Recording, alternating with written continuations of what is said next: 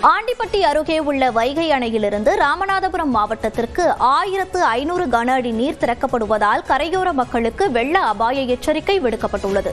கூடுதல் தகவல்களை நமது செய்தியாளர் பழனிக்குமார் வழங்க கேட்கலாம். பழனிக்குமார், விவரங்கள்.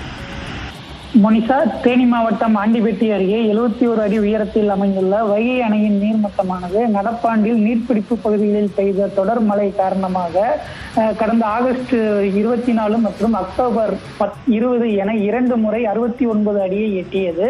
இதன் தொடர்ச்சியாக தான் மதுரை, திண்டுக்கல் மாவட்டங்களில் உள்ள பாசன நிலங்களுக்கு தண்ணீர் திறக்கப்பட்டது. இருப்பினும் முல்லை பெரியாறு அணையில் இருந்து தமிழகத்திற்கு திறக்கப்பட்ட கூடுதல் நீரின் அளவாலும் மூல வைகை ஆற்றில் ஏற்பட்ட நீர்வரத்தாலும் வைகை அணையின் நீர்மட்டம் 60 அடிக்கு உயர்ந்தே காணப்பட்டது.